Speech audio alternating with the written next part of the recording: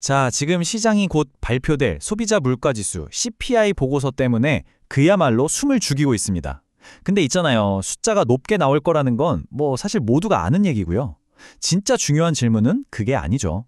바로 연준이 과연 어떻게 움직일 거냐 이겁니다. 오늘 이 시간에는 바로 그 핵심을 파헤쳐 보겠습니다. 자, 바로 본론으로 들어가 볼까요?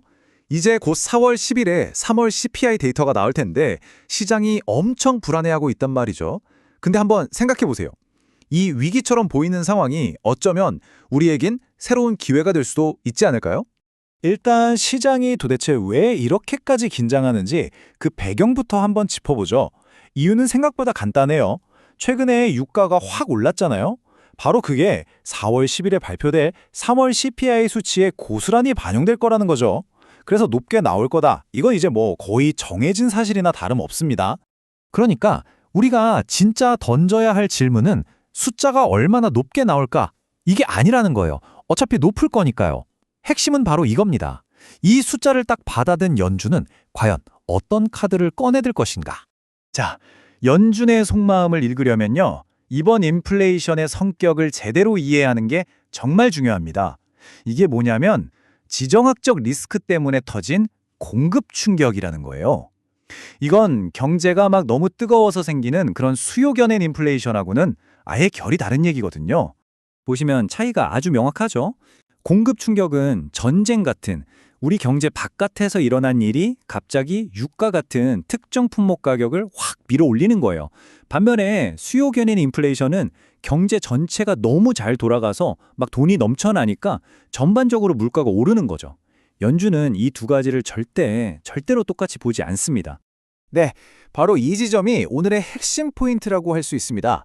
제롬 파월 의장이나 연준 위원들은요, 이번 유가 급등이 어떤 구조적인 문제가 아니라 일시적인 공급 문제라는 걸 아주 정확하게 꿰뚫어 보고 있다는 겁니다. 그렇기 때문에 이 변수 하나 때문에 기존에 세워뒀던 금리 인하 계획 같은 큰 그림을 갑자기 바꾸지는 않을 거다. 이런 분석이 아주 지배적인 거죠. 그럼 연준의 다음 스텝을 예측하려면 우리가 뭘 봐야 할까요? 바로 그들이 데이터를 어떻게 보는지, 그들의 시각을 따라가야 합니다.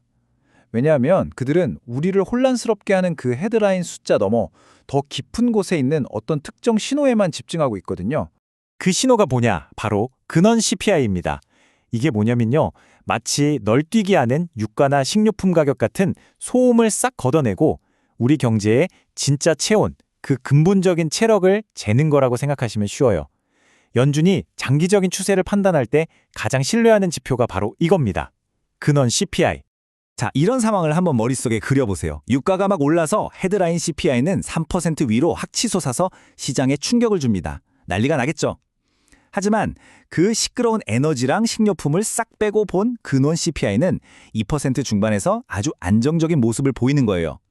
바로 이 안정적인 근원, 이게 연준에게는 괜찮아, 우리 계획대로 가도 돼 라고 말해주는 강력한 명분이자 자신감이 되는 겁니다. 결론적으로 이 근원 물가만 흔들리지 않고 꽉 잡아준다면 연준은 헤드라인 숫자가 아무리 높게 뛰어도 저건 그냥 일시적인 소음이야 하고 무시할 수 있다는 거죠.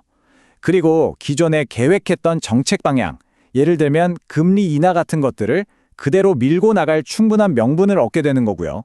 자, 그럼 이제 제일 중요한 파트죠. 그래서 어쩌라고? 바로 우리 투자자들은 이걸 어떻게 활용해야 할까? 이겁니다. 제가 명확하게 두 가지 시나리오를 통해서 그 전략을 딱 정리해 드릴게요.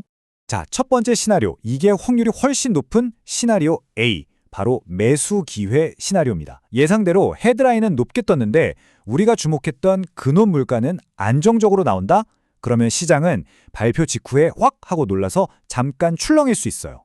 하지만 금방 이 정도면 괜찮은데? 하는 안도감이 퍼지면서 다시 반등할 가능성이 아주 높습니다. 바로 이 짧은 하락 구간이 우리가 AI나 반도체 같은 펀더멘털이 튼튼한 주식들을 싸게 담을 수 있는 절호의 기회가 될 수 있다는 거죠. 물론 확률은 낮지만 대비는 해야 할 시나리오 B도 있습니다. 유가 상승이 결국 근원 물가까지 건드리는 우리가 원치 않는 최악의 상황이죠. 만약 이런 상황이 온다면 그때는 공격보다는 방어입니다.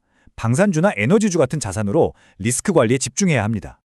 자, 이제 모든 조각을 한번 맞춰볼까요? 결국 오늘 이야기의 핵심은 딱 한 가지로 모아집니다.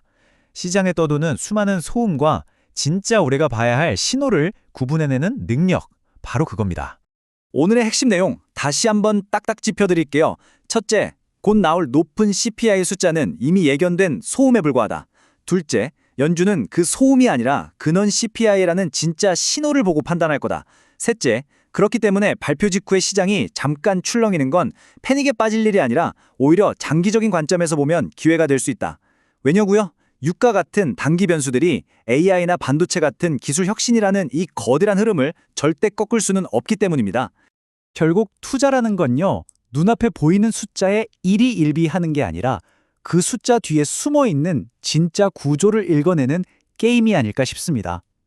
오늘 함께 살펴본 이 분석의 틀이 앞으로 여러분이 시장의 소음 속에서 진짜 신호를 발견하는데 작은 도움이 되었으면 합니다. 시장의 소음 속에서 여러분은 지금 어떤 신호를 보고 계신가요? 들어주셔서 정말 감사합니다.